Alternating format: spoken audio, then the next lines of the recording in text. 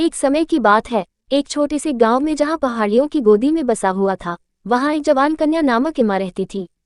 उसका दिल खुले आसमान की तरह था और उसकी मुस्कान अंधेरी रात को भी रोशनी दे सकती थी।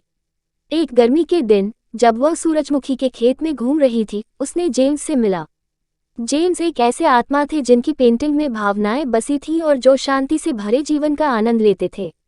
उनकी यह संयोगशील मुलाकात एक सुंदर मित्रता में परिणत हुई, और जल्दी ही वे एक दूसरे की संगति में आनंद पा गए।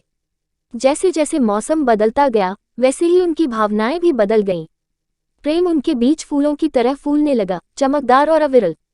वे अपने दिनों का समय साथ में दुनिया की खोज में निकालते थे, कला बनाते थे और अंतर्निहित सपनों को बांटते थे अनंत तारों की अविरल चादर के नीचे।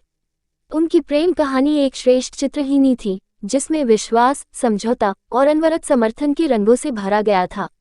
जीवन की चुनौतियों और जीतों के माध्यम से वे एक दूसरे के साथ खड़े रहे। उनका प्रेम एक आशा के प्रकाशक की भूमिका निभाता रहा, और इस प्रकार उनके जीवन के शांत क्षणों में वे एक दूसरे के साथ सिर्फ एक दूसरे के साथ होने में सबसे गहरी खुशी पा गए, जानते हुए कि उनकी प्रेम कहानी शाश्वत होने का परंपरागत नियम था।